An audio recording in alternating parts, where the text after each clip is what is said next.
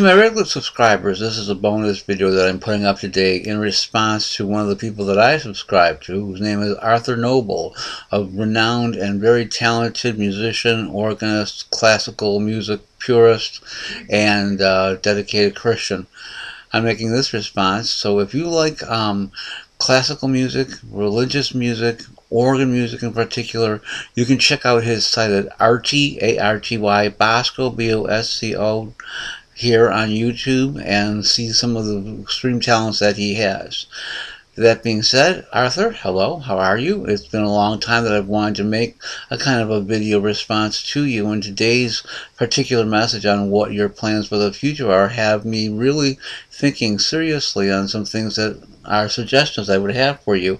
So first of all, dedicating a song to you that I did, not too long ago, made it on your comment sections below.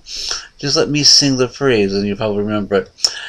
Let's give thanks to Arty, his shoes are so fine. Oh yes, dear old Arty, I wish they were mine. If they were on my feet, it'd be so sublime. I'd rock all those pedals in grand 4/4 time. Arty shoes, o'er the pedals they go. Arty shoes, helping good times to roll. So put on those Reeboks, Adidas, or Keds to spread forth the joy of music that fish led. Hope you enjoyed that. But in relation to what you were talking about today, this new project that you have, one of the things that truly strikes me, and I'm sure you have experienced too with your experience in various churches across the country and indeed across the world, is that musicians in churches have to rely on an immense number of lay individuals, volunteers in fact, who are not as necessarily well schooled in musicology and musical techniques as what you are, or any other member of the musical community who has such a position. To be in a church where you have the budget in order to afford professional musicians to be part of your choir or be your choir exclusively. But that's not the reality. And the reality is that a truly dedicated layman can very often be better than the high-paid professional who's doing it as a gig and doesn't necessarily have the true faith commitment that we want when we have individuals involved in music.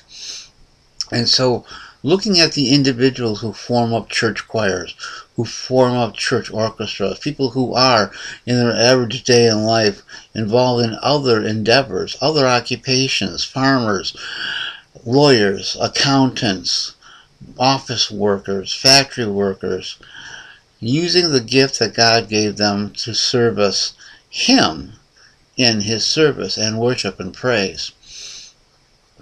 Another interesting aspect is how do individuals utilize their worship and their faith in their common life. Take myself, for instance. Okay, from comments that I have made that I do have musical background. I've been a church soloist, and I have been, for lack of a better word, a wannabe organist myself. But I have a musical knowledge base, but it's not how I earn my living. I earn my living working in a casino. And who would think that an individual working in a casino, which many Christians revere as being a very verboten, a very treacherous, a very taboo area of employment to hold. And yet, I will tell you this, Arthur, that I have seen more Christian witnessing amongst my fellow co-workers in the casino than I have in some of the other positions that I have had in my life. And I'm in my 50s now, and I have had a number of jobs in a number of different settings and situations and employers. And I have seen more witnessing here in the casino amongst the fellow employees than I've ever seen in any other occupation that I have had. And so that could also be something that you would focus on and would do well to investigate how do people, as I said, in the trenches, around the streets, utilize their abilities and their talents for God to show others of His goodness. I'm all behind you on this. I think it's a very wonderful project that you have envisioned, utilizing music, utilizing Christian-based action in endeavors.